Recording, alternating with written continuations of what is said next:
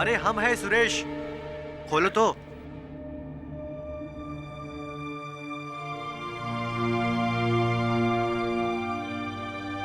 अरे के पिंकी, इतना टाइम लगे दरवाजा खोलने में? उतने में कोई मुझे देख लेता तो? हमें लगा हमारे या तुम्हारे घर वालों में से कोई। किसे पता कि हम यहाँ छुपे हुए?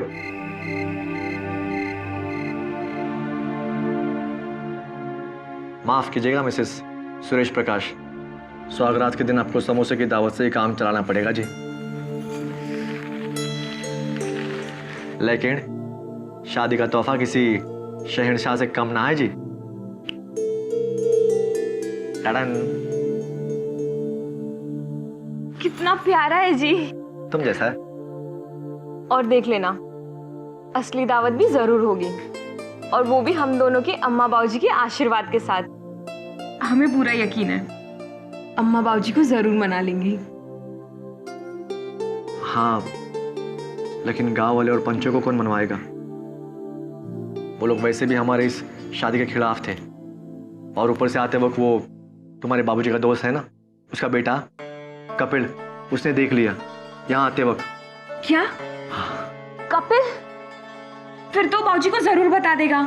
हमें यहाँ से फौरन निकलना होगा, अब हम यहाँ नहीं रुक सकते। लेकिन तुम बाबूजी को गुस्सा नहीं जानते हो सुरेश। उन्होंने मुझसे पहले ही कहा था कि अगर ये शादी हो गई तो हम दोनों का सर काट के खेत में गाड़ देंगे। हमें यहाँ से निकलना होगा। तो कहाँ जाए? देवकी के मामा का घर है रोहतक में। उसने मुझसे कहा था अगर कोई भी प्रॉब्लम हो जाए तो वहीं चले जाना। 10:40 की बस मिल जाएगी हमें स्टैंड से। चलो चलो।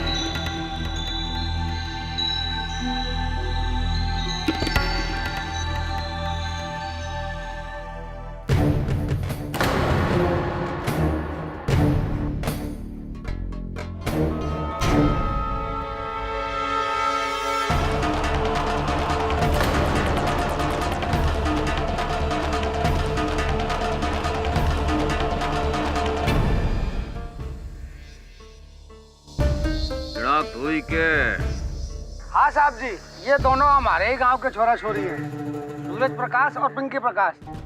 वही पंचायत वाला मामला निपटा दिया दिखे। अरे जित तो होना ही था, बुलाओ तो इनको परिवारों को। ठीक है साहब जी।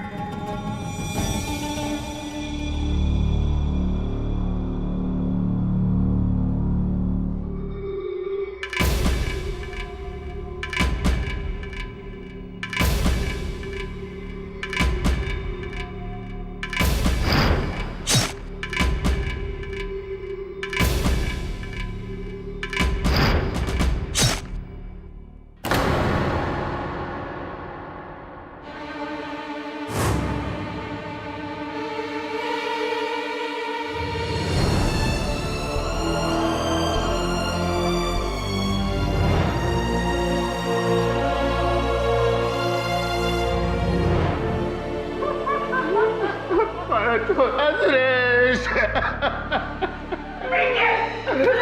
हाथ मत लगाओ।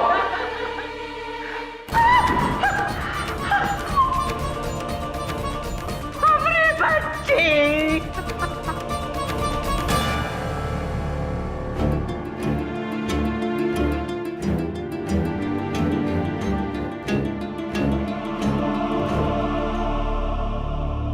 केस खड़ा सीधा है जी। आपके छोरे और इनकी छोड़ी ने बिरादरी और गांव के खिलाफ जाके भागकर शादी की और नतीजे में मिली दोनों को मौत। अब आप ही बताओ, अगर आपको शक है तो किस पे? अरे बोलो भी, कौन है मारा इन्हें?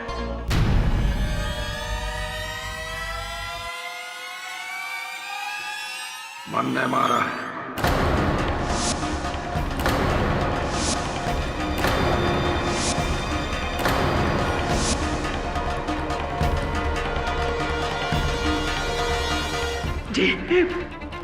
जी क्या कह रहे हो आप? मन ने ही मारा है अपनी बेटी को और उसके आशिक को।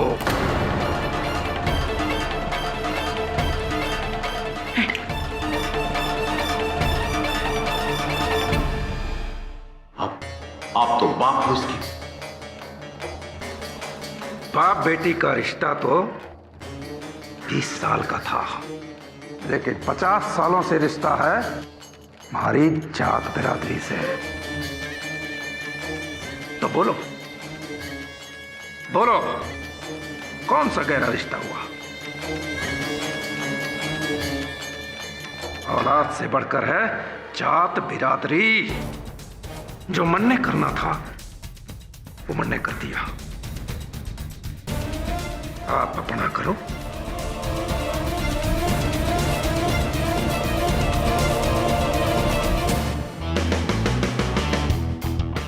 केडी, ये देखो, एक बाप ने अपनी ही बेटी और दामाद की हत्या कर दी अपना सम्मान बचाने के लिए, जस्ट बिकॉज द गर्ल एक ही कास्ट में शादी की।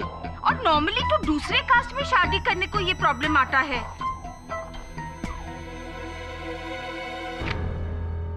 I don't believe this.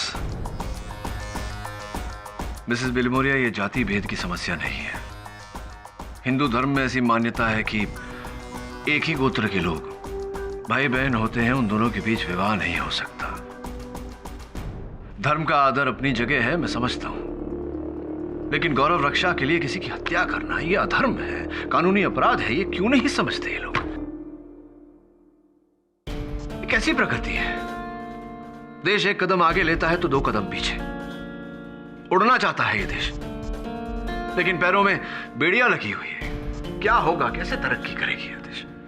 अरे मिलने दो। रुको हमें मिलना, हमें मिलना है। सर, ये औरत बहुत जिद कर रही है आपसे मिलने के लिए।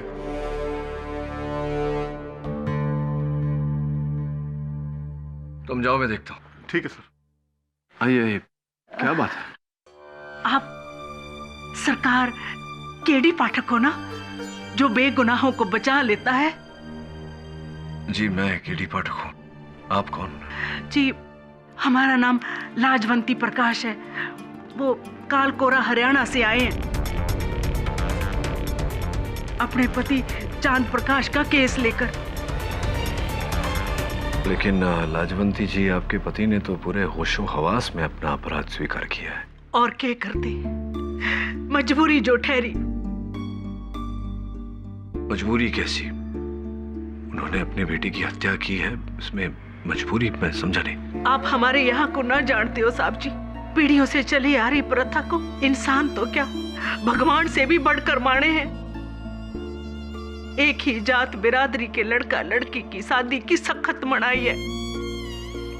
एक ही बिरादरी के लोगों को गांव वाले भाई बहन समझे है। जे कोई यो प्रथा की खिलाफी करे, समझो उसकी जान गई। उसके परिवार का हुक्का पानी बंद कर देवे, नरक जैसा व्यवहार करे उसके साथ। हमारी 3 बेटियां, सबसे बड़ी पिंकी थी, उसके बाद एक, और जो सबसे छोटी। पिंकी के पाप का प्रायश्चित अगर हमने ना किया तो हमारी ये 2 बेटियां का बयां गांव वाले और पंचायत वाले कभी न करने देंगे।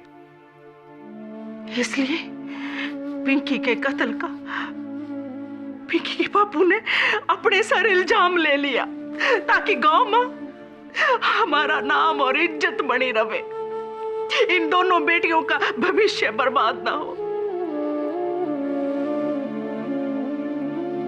घड़ा पाप का घड़ा प्रायश्चित। साहब जी, हमने अपनी बेटी खो दी है अब हम पिंकी के बापू को न खोना चाहे हैं। आपके बारे में तो बहुत सुना है कि आप चमत्कार से गुनहगार के पास पहुंच के बेगुनाह को बचा लेवे हैं। आप पिंकी के बापू को बचा लो साहब जी, इन बच्चों के बापू को बचा लो साहब जी। क्या कर रही हैं आप? बैठ जाइए।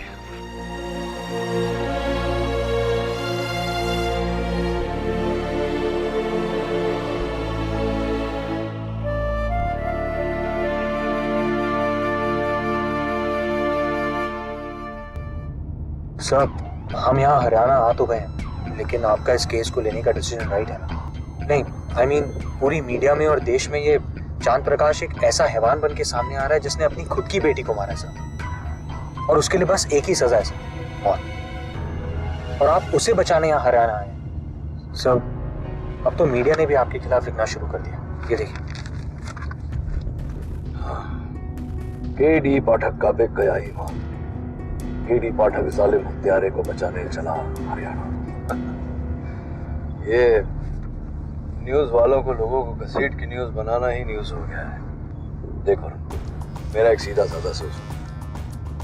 मैं बाहर की बात सुनने से पहले अंदर की बात सुनता हूँ, और मेरी अंतरात्मा ये कह रही है कि हो ना हो, चांद प्रकाश निर्दोष है। बाकी पहुंचेंगे तो पता चलेगा।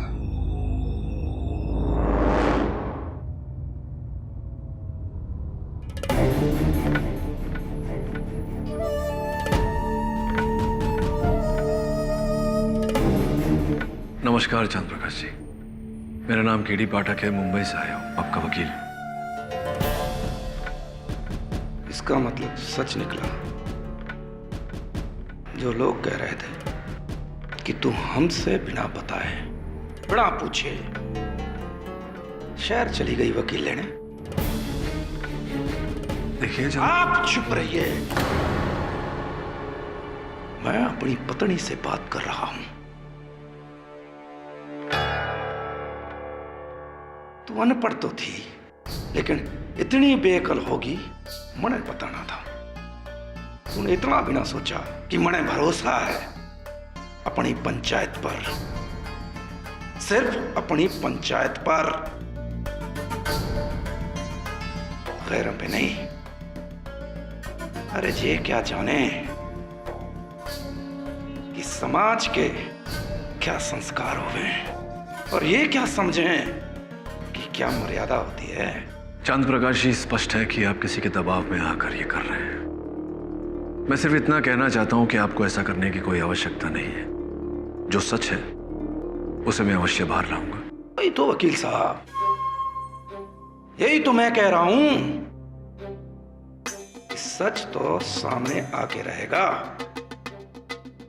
चाहिए 100 झूठ भर दे आपके कान में, और चाहे आप 100 दलीलें रख लें हमारे वास्ते, लेकिन आपकी 100 दलीलें, 100 झूठ औंधे मुंह गिर जाएंगी, क्योंकि बड़े से बड़ा सच तो यो ही है, मन ने मारा है। मन ने मारा है अपनी बेटी ने, चांद प्रकाश ने मारा है अपनी बेटी ने।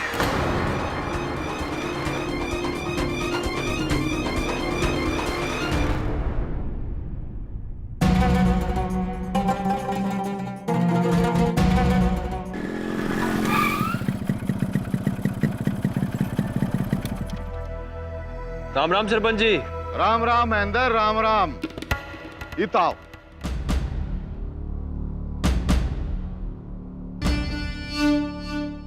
जी सरपंच। भाई, गांव में सुना से कि तुम लोगों ने शहर से वकील बुलाया से। भाई, तुम लोग इतने बड़े हो गए कि पंचायत की सलाह भी ना ली। सरपंच जी, हमने वकील को नहीं बुलाया। पंचों के होते हुए हम भला गैर की ओर क्यों कर मुड़ेंगे?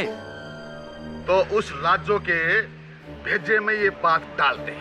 एक छोरी तो खो दी है उसने, कहीं ऐसा ना हो कि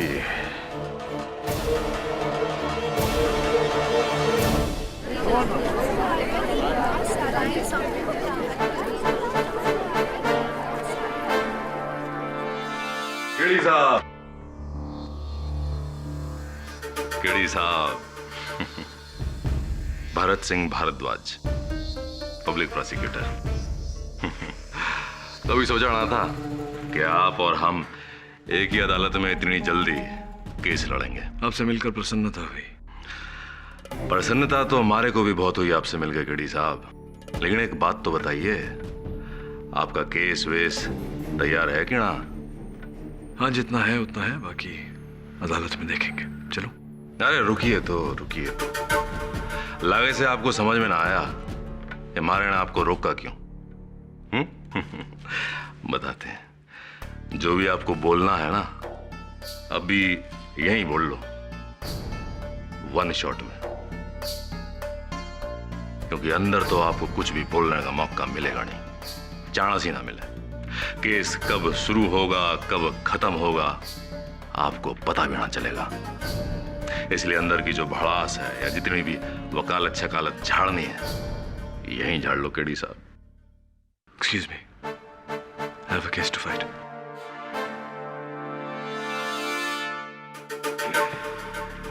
इंग्लिश, इंग्लिश बहुत सुंदर। थारे को तो थारा मौके लिए चुप करावेगा केडी साहब, चांद प्रकाश। साहब जी, पिछले 2 सालों से मेरी बेटी पिंकी और सुरेश एक दूसरे से प्यार करने लगे थे। हम दोनों परिवारों ने उन्हें बहुत समझाया, जहां तक कि मैंने पहली बार पिंकी पर हाथ भी उठाया और ये कहा कि ये बदमाशियां छोड़ दे। कहा है कि बेटी, एक ही गोत्र में ना प्यार हो सके और ना शादी। हमारे समाज का मानना है कि एक ही गोत्र के लोग भाई बहन हो गए, तो भाई बहन के बीच में दूसरा रिश्ता कैसे हो सके? क्या हो सके? नहीं हो सके। पर उन दोनों ने हमारी बात नहीं समझी। इनके चलते भरी पंचायत में हमारा सर शर्म से झुक गया 3 बार। फिर क्या था? मारा माथा ठनका, सनक गया मारा माथा। ये दिन दिखाने के लिए पैदा किया था, तो तेरा टेटुआ ही दबा देना चाहिए था जन्म लेने से पहले। सुना नहीं पंचों ने क्या कहा? हुक्का पानी बंद करा देंगे मारा जे सुरेश के साथ कभी दोबारा दिखी तो फिर हम भाग के शादी कर लेंगे। तो करके देख, करके बता। कसम पैदा करने वाले की, तू जहां भी होगी ढूंढ निकालूंगा और कुल्हाड़ी से तेरा सर काट के खेत में गाड़ दूंगा। निकलना मुश्किल हो गया है समाज के सामने, जब से उस लड़के से इसने टाका भिड़ाया है।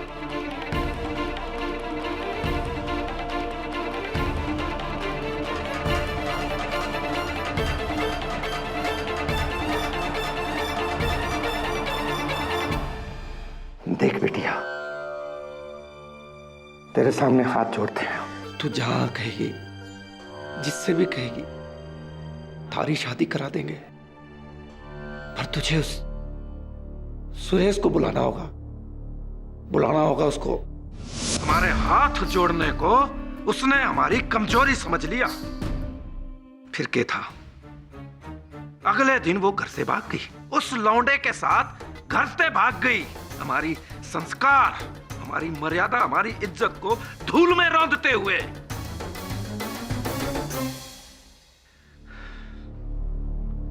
फिर 2 रातों बाद मेरे दोस्त का लड़का कपिल मारे घर आया। क्या कह रहा तू? कहां देखा उन दोनों को तूने? पास में गनौरा गांव के मार्केट में, वहां किसी तबेले के पास चारा घर में रुके हुए दोनों जी।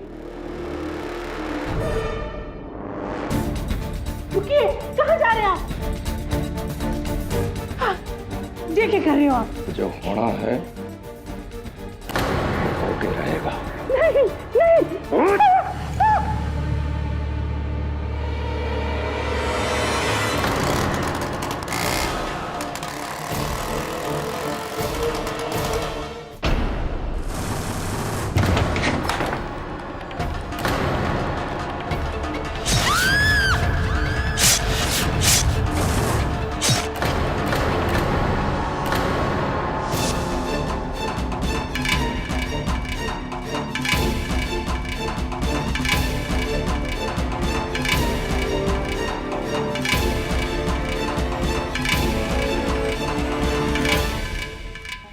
मैंने उन दोनों लाशों को बोरे में भरकर फेंक दिया और कुल्हाड़ी ने नदी में फेंक दिया और घर आ गया। अरे वकील साहब, एक गिलास पानी मिलेगा? घड़ा भर गया मेरा। अरे पानी क्यों ना मिलेगा चांद प्रकाश जी? गला तर करो अपना।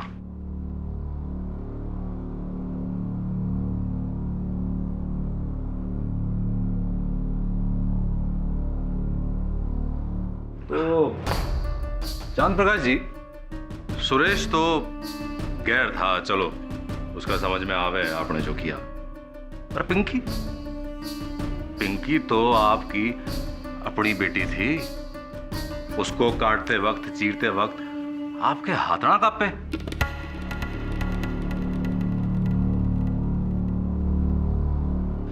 कांपे थे, पर हाथ जोड़ते समय कांपे थे। और उससे कहा था, बेटी ये अनर्थ ना कर। पर जब बेटी ने बाप की कदर नहीं करी, तो बाप ने भी बेटी की कदर नहीं करी। मार दिया मैंने दोनों ने। यानी कि अब भी आपको अपने किए का कोई पश्चाताप ना है? नहीं। और एक बात और, मेरी 2 बेटियां हैं। अगर उन बेटियों ने भी ऐसी हरकत की तो उनका भी वही हश्र होगा जो पिंकी का हुआ। चंद्र प्रकाश जी, लेकिन केड़ी साहब, हमारी बात पूरी तो होने दीजिए, घनी जल्दी से आप। हाँ तो चंद्र प्रकाश जी, आपने अभी अभी जो कटघरे में कहा उसे हम 100% सच माने। कैसे, मेरा मतलब ये है कि आपने जो कहा वो किसी दबाव में, किसी के डर की वजह से या किसी के बहकावे में आके तो बयान ना दिया है, क्योंकि डी साहब? वकील साहब, मैं ना तो किसी के दबाव में हूं और ना किसी के दबाव में बोल रहा हूं। हमने जो कहा वो 16% सच है। ठीक है के चंद्र प्रकाश जी, आपको लग रहा है झूठ बोल रहे हैं? चलो, अतिथि महोदय की संतुष्टि के लिए मान लेते हैं कि चांद प्रकाश जी फिलहाल झूठ बोल रहे हैं। अब भाई मुंबई से आए केडी साहब, इतना तो मानेंगे। ठीक है, तो फिर साबित करते हैं। हमारी पहली गवाह है पिंकी की बचपन की सहेली देवकी जी। बड़े ताऊ जी जो भी कह रहे हैं वो सब सच है। उस रोज जब उन्होंने सुरेश और पिंकी को जान से मारने की धमकी दी थी ना साहब, उस वक्त हम वही थे उनके घर में। जज साहब, हमारा अगला गवाह है चांद प्रकाश जी के मित्र अनोखीलाल का बेटा कपिल जी। कत्ल के रोज हमारे सामने ही आग बबूला होके कुल्हाड़ी लिए घर से निकले थे। हमें तो तभी डर हो गया था कि अब पिंकी और सुरेश की खैर नहीं, बेकार का मरवा दिया हमने उनको। जज साहब, हमारे अगले गवाह सुरेश प्रकाश के चाचा महेंद्र प्रकाश।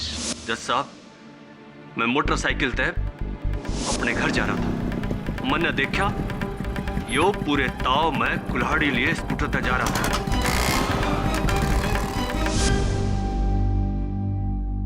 गांव के सरपंच लक्ष्मण लाल जी। माई बाप प्रणाम। हमने भी यही देखा था। यो सैने चांद प्रकाश है, बड़े ही क्रोध में नोरा गांव की तरफ जा रहा था।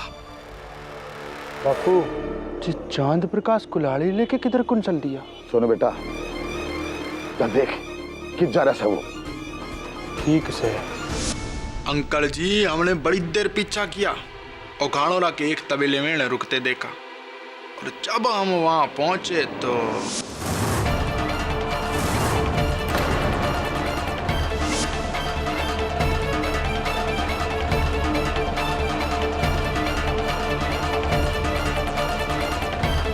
इतने सारे चश्मदीद लोगों की गवाही के बाद कोई मंदमूल इंसान भी यही बोलेगा कि आपने जो जो इस कटघरे में कहा वो 16 आने सच है। जज साहब, आप ही ने सुरेश और पिंकी को मारा है चांद प्रकाश जी। दत्त साहब, मैं सोनू लाल से पूछताछ करने की अनुमति चाहता हूँ। उससे पहले मैं आपसे कुछ पूछना चाहूं केडी साहब। पूछिए। आपने अब तक कितने केस लड़े हैं? कभी गिनती नहीं की। क्यों पूछ रहे हैं? सुंदर है, अति सुंदर। खैर वो जान देते हैं। ये बताइए कि आपके केसों का अंत में अंजाम क्या हुआ है? इकबाल जुर्म। इकबाल जुर्म जज साहब, इकबाल जुर्म। तो वो तो इस केस में शुरू में ही हो गया, तो फिर केस खत्म है। जज साहब, 20 लोग ये कह रहे हैं कि इस आदमी ने कत्ल किया है। उसके ऊपर ये आदमी खुद कह रहा है कि हाँ मैंने ही कत्ल किया है। तो फिर अब आप बताइए जज साहब, साबित करने को रह के गया। आपकी बातों से मैं सहमत हूं मिस्टर भारद्वाज। मिस्टर पाठक, जब मुलजिम ने अपना इकबाली जुर्म कबूल कर लिया है और उसका बयान सच्चा साबित हो गया है, तो इस केस को तोल देने का क्या फायदा?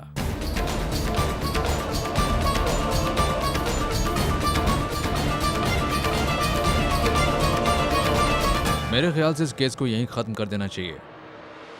जज साहब,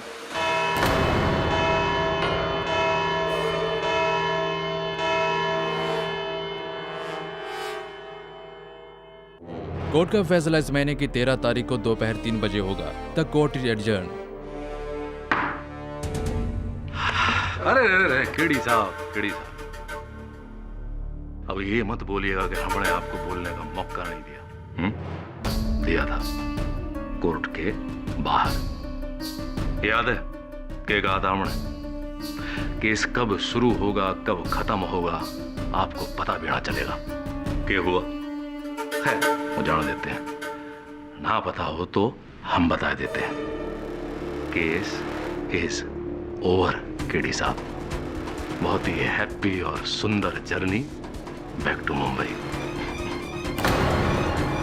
सुंदर है। ला भाई सोनू बेटे। हाँ जी बाप। चल भाई, मेहमान है, सोल वोल उड़ा लीजिए वकील। अरे वकील साहब लीजिए ना आप। थैंक यू वकील साहब। जी जी। तुमने सोचा होगा कि इस गांव में तुम्हारे आने से हमें बुरा लगा होगा। हाँ, सोचा तो ऐसा ही था। ना जी ना, ऐसी बात ना है। तुम तो हमारे मेहमान हो। वैसे भी आपने हमारे साथी को उसका केस लड़के बचाने की कोशिश की थी, है ना? जी जी। फिर भी आप हमारे गांव में पधारे हैं, आपका बहुत बहुत धन्यवाद। सरपंच जी, इस आओ भगत का बहुत बहुत धन्यवाद, या कहूं कि जाओ भगत का धन्यवाद। प्रश्न मेरा ये है कि आपको किसने कहा कि मैं जा रहा हूं? भाई वकील साहब, आपका इब इतने के काम, मुकदमा खत्म। वैसे भी 2 दिन बाद में फैसला आवेगा। अब ते के कराइते हैं। वैसे जो भी लिखा पढ़त होएगी ना, वो हम आपको मुंबई में पहुंचा देंगे, है ना? अब जाइए जाइए। सरपंच जी, चला जाता मैं, किंतु एक समस्या है। समस्या ये है कि मुझे अब भी ऐसा लगता है कि चांद प्रकाश जी निर्दोष है। उनकी बेटी और दामाद की हत्या किसी और ने की है। अब देखिए, ये समस्या है तो इसका समाधान तो करना पड़ेगा। जैसे ही समाधान हो जाएगा मैं चला जाऊंगा। पाठक जी, मेजबान के कहने से पहले अगर मेहमान चलो जावे तो उसको कहते हैं मेहमान, और कहने के बावजूद भी ना जावे उसको कहते हैं शैतान। हाँ, मैं समझ गया, पूरी तरह से समझ गया। आप लोगों के साथ इतना समय गुजारा है तो इतनी समझ तो आ ही जाएगी। वो लाजवंती जी तिजा कर रही थी, जिद कर रही थी कि होटल में मत रहो, आकर के हमारे घर में रहो कुछ दिन हमारे साथ। तो मैंने सोचा क्यों नहीं, कुछ दिन और आप लोगों के साथ रह लेंगे तो थोड़ी सीख और मिल जाएगी। फूल माला आप कृपया कर रखिए अपने पास, जब लौटेंगे तब दे देना, पैसे भी बच जाएंगे। नमस्कार।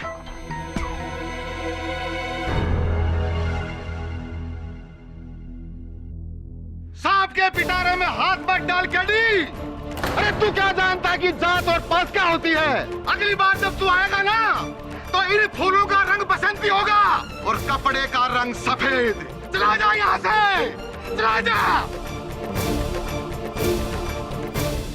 आई थिंक इनमें से किसी एक गांव वाले ने ये काम किया है, चांद प्रकाश को बलि का बकरा बनाकर खुद अपना जुर्म छुपा।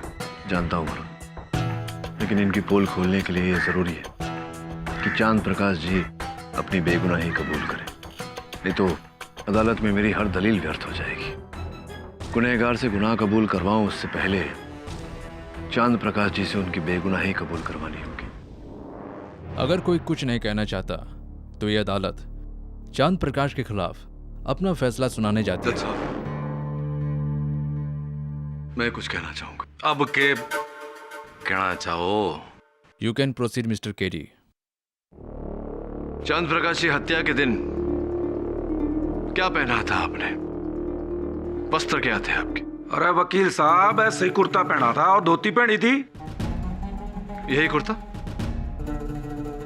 हाँ, यही था। तो साहब, मैं सोनू लाल को कटघरे में बुलाना चाहूंगा। इजाजत है। सोनू, आपने बताया था कि आपने चांद प्रकाश जी को पिंकी और सुरेश पर कुल्हाड़ी से वार करते हुए देखा। कितनी दूरी पर थे चांद प्रकाश जी जब उन्होंने कुल्हाड़ी से वार किया था? दूरी के तो पकड़ पकड़ के बाहर कर रहे थे। तो स्पष्ट बात है कि जब कुल्हाड़ी से वार हुआ था तो खून की बौछार हुई होगी। अरे चारों तरफ खून ही खून था, साव मारे से तो देखा ना गया। अगर ऐसा है तो ऐसा कैसे हुआ? इस कुर्ते पर एक भी खून का छींटा क्यों नहीं?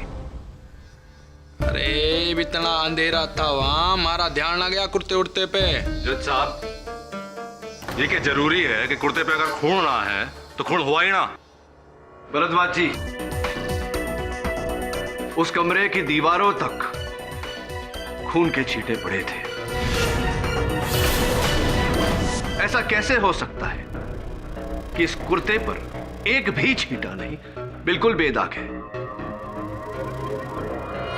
हो सकता है चांद प्रकाश जी बताना भूल गया और बदल लिया। जी साहब, हम आपको बताना भूल गए कि उस रात बोरे में लाश डालने के बाद हमने कुर्ता बदल दिया था। साहब जी, गलती हो गई हमसे।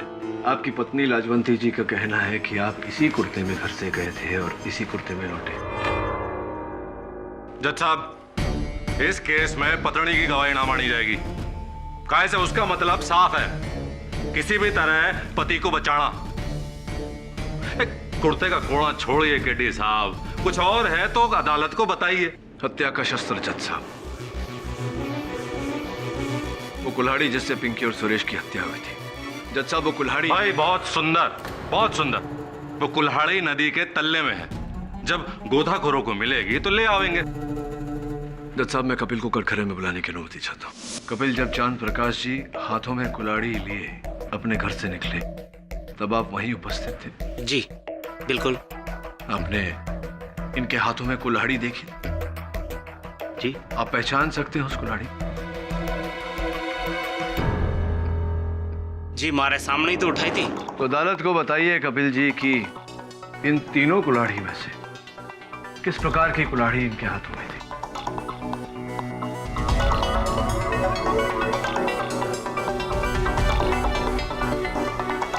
जी, वो बीच वाली।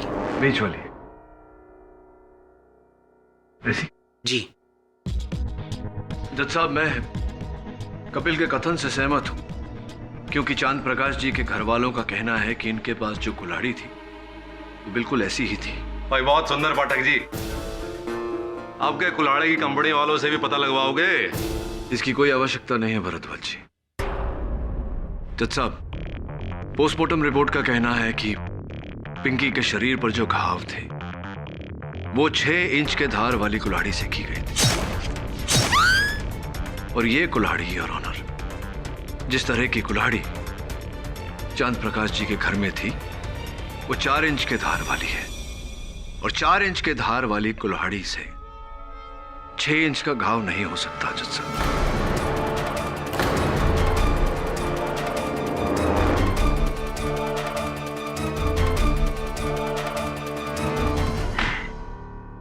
तो आपको लगता है कि 6 इंच और 4 इंच की वजह से आप इस पूरे केस को हिला देंगे?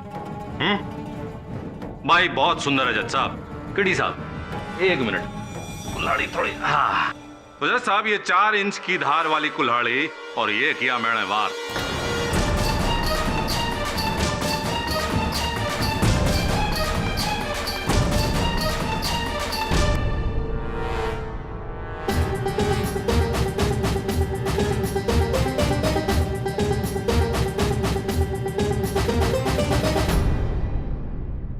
चार इंच की धार वाली कुल्हाड़ी और 6 इंच का वार।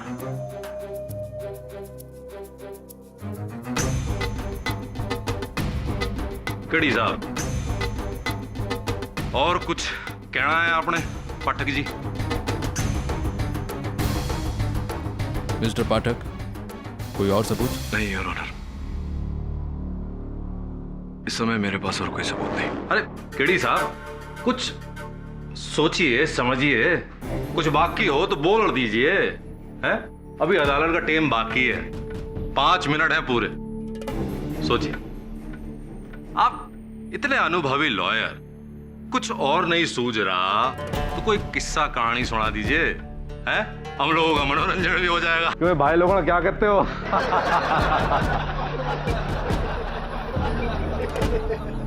केडी साहब, वरना लोग कहेंगे कालकोरा वालों ने केडी साहब को बंबई से इतनी दूर बुलाया और बोलने का मौका तक ना दिया। ठीक है भरद्वाज जी, अगर आप कह रहे हैं कि अदालत समाप्त होने में अब भी 5 मिनट बाकी है, और अगर आप आग्रह कर रहे हैं कि मैं कहानी सुनाऊं, सुनाता हूं।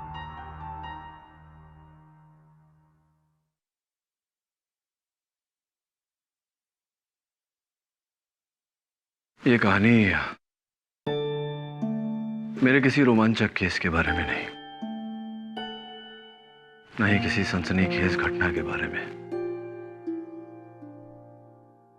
एक साधारण सी कथा है एक पिता और उसके 3 वर्षीय छोटी नन्ही सी बच्ची की। वो बच्ची जिसे तब तक नींद नहीं आती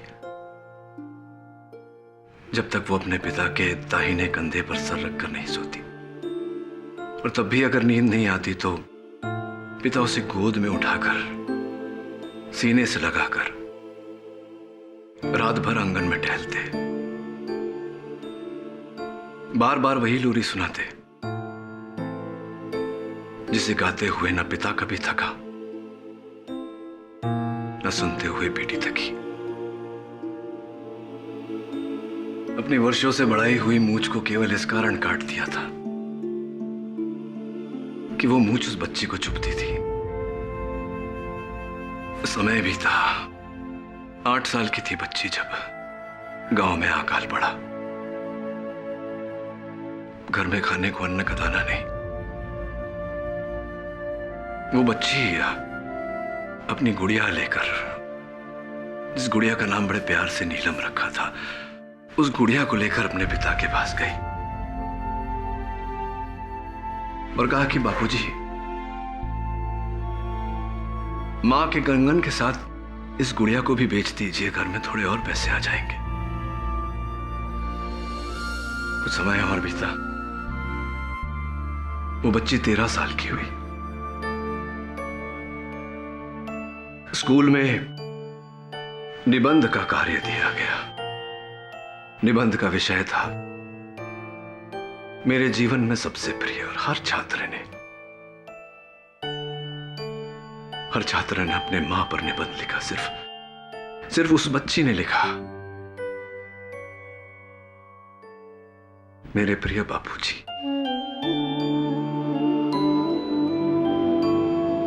17 साल की थी वो बच्ची जब पड़ोस के मुंडेर से गिर गई और माथा फट गया। बच्ची को अपने कांधों पर उठाकर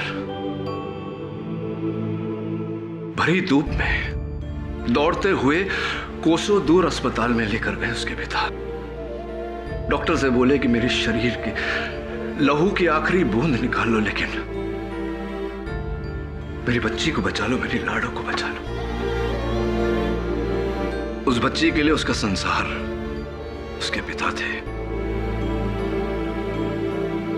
और पिता कभी उस बच्ची के माथे पर शिकन नहीं देख सकते थे, कभी उसकी आंखों में आंसू नहीं देख सकते थे, कभी उसके शरीर पर छोटी सी खरोंच नहीं देख सकते थे।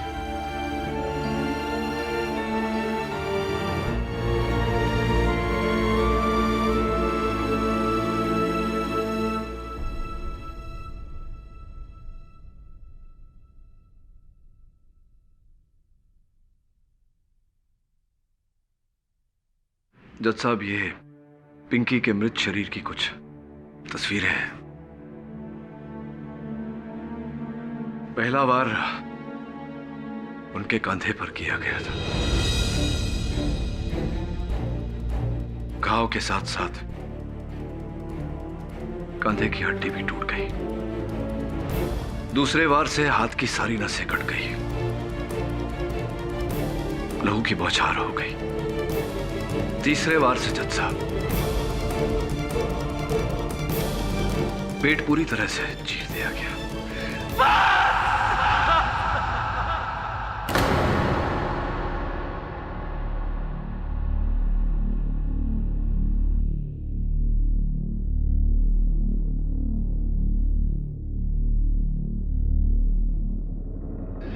मेरी लाडो,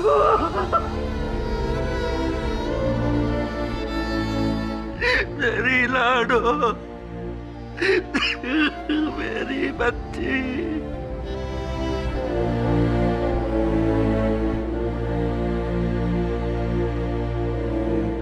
चांद प्रकाश जी, मैं ये मानने को कतई तैयार नहीं कि आप जाने अनजाने में अपनी बेटी को नुकसान पहुंचा सकते। नहीं मान सकता मैं। नहीं मारा मैंने अपनी बच्ची को।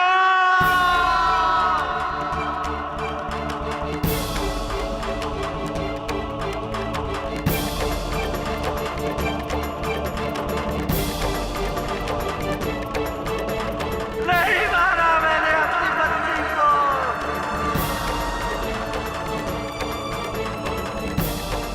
अरे मैं तो अपनी बच्ची के लिए अपनी जान को 100 बार कुर्बान कर सकता हूँ, 100 बार। काश मेरी जिंदगी की सारी उम्र उस पर लग जाती ना।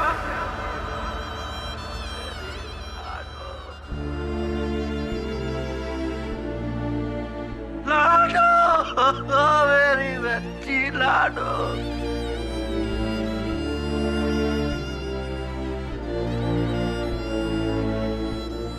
अरे अपने बापू पे भरोसा नहीं किया तूने बेटा।